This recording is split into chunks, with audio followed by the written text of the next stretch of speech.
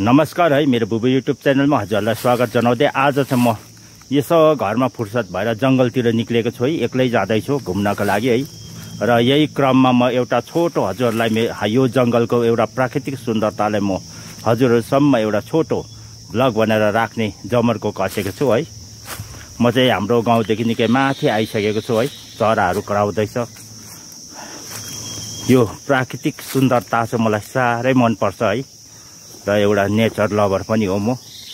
र हजुरलाई पनि म अवश्य सम्पूर्ण भिडियो आजको बनाएर देखाउने छु।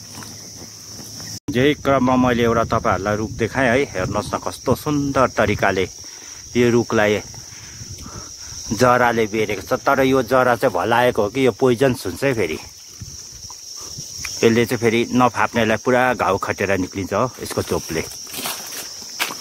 यो चाहिँ तपाईको नेचरले बनाएको गेट है। यो गेटबाट यसो छिरेर जानुपर्छ है।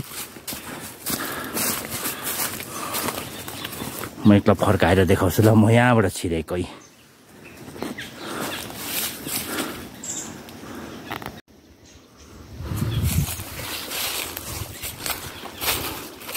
म जाँदैछु है। यो पर मिरिकसम्म जानेवाला छु है। त्यसपछि म फर्किनेछु। अहिले यो देखाउँदै गरेको चाहिँ मैले देखाउँदै गरेको चाहिँ यो इस्टको तारे भिर है। यो चाहिँ साउथको चाहिँ होइन है। यो तल तल देखिने बस्ती चाहिँ चेन्थाङ हो। र त्यो पहाडी देखिने गौचरण चाहिँ नाम्चेबुङ क्षेत्र पर्छ है।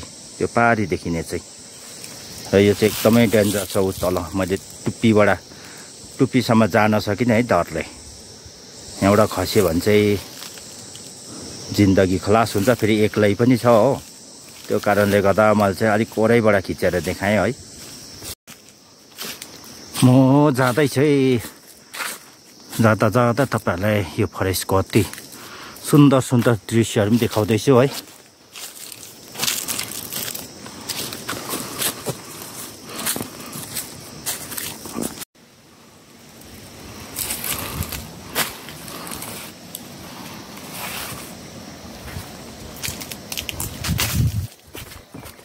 चाहिँ कटुसको रुख है। मदर ट्री कत्रो चाहिँ छ भने यो चाहिँ आम्मामामा है। यस्तो चाहिँ आज भोलि बिरलै मात्र देख्न पाइन्छ है। अब यस्तो ठुल्ठुलो रुख देख्न पाइँदैन अब चाहिँ। ल है अब चाहिँ जहाँ म आउनु चाहेको थिएँ है त्यहाँ आइपुगेँ। यो चाहिँ मिरिक फरेस्ट हो।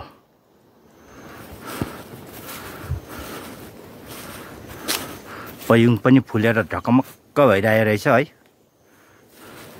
र यस्तो चाहिँ कहिले कहिले चाहिँ यहाँ चाहिँ हामी प्रायः है आइबस्छौँ। र 1 जनवरी पिकनिक सिक्निक यसो खानु है। ट्रेकिङ पनि आइन्छ कोही कोही बेला यहाँ। यो चाहिँ प्राकृतिक सुन्दरताले भरिको मजाको ठाउँ छ है। यो पनि आज चाहिँ दिनहरू त्यति खुल्ला छैन है। नभए यहाँबाट उता केदी साइटहरू देख्थ्यो। देख्दैन रहेछ अहिले चाहिँ।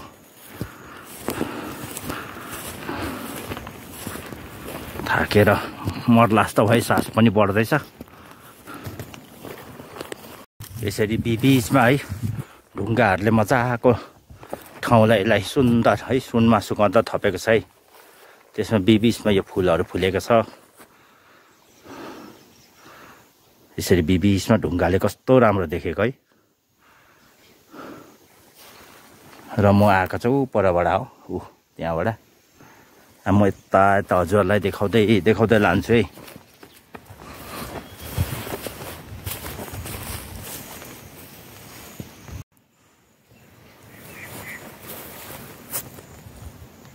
तीन चुला बनाएर पहिला मान्छेहरू यसरी बस्छ आएर हिउँदोमा है।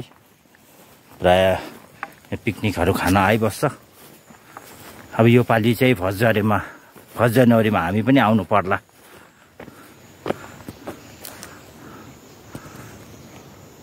अब यहाँबाट चाहिँ म केही क्षण बिछाएर हिँडेँ है। अघि चाहिँ परबाट आएको है। अब चाहिँ यो बाटोबाट भएर माथिबाट उधर झर्छु। छुट्टै जङ्गल पसेर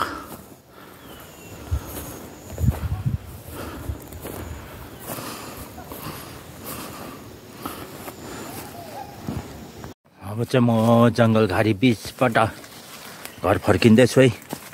घर फर्किने क्रममा चाहिँ जोतेन डाँडाबाट भएर फर्किन्छु है। र त्यो जोतेन डाँडाको पनि अलिकति हजुरलाई त्यहाँको दृश्य देखाउने छु है।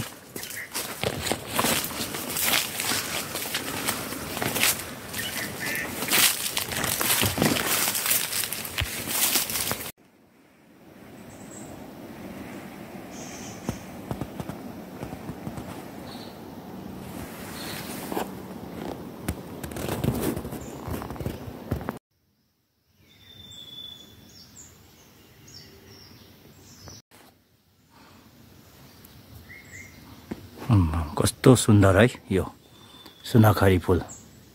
यसको चाहिँ पत्ता हुँदैन है, पछाडि मात्रै निक्लिन्छ यो जब फुलिसकेर।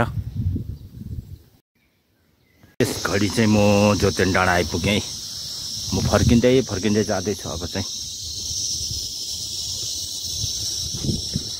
यो जोतेन डाँडा चाहिँ यस्तो छ है। यो पारीदेखि नै चाहिँ नाम्चेबुङ क्षेत्र पर्छ है। यो साइड चाहिँ गान्तोक एरिया हो। आज दिन उक्रेको छैन, नभए गान्तोक चाहिँ क्लियर देख्थ्यो है, व्हाइट हलहरू धनमारीहरू। आज त्यस्तो दिन राम्रो छैन।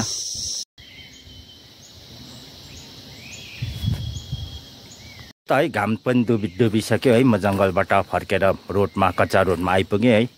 अब फर्किँदैछु र मेरो यो छोटो आज जङ्गलको भ्लग कस्तो भयो हजुरहरूले अवश्य हेरेर कमेन्ट गरिदिनु हुन विनम्र अनुरोध गर्दै हजुरहरूबाट बिदा हुन चाहन्छु। धन्यवाद।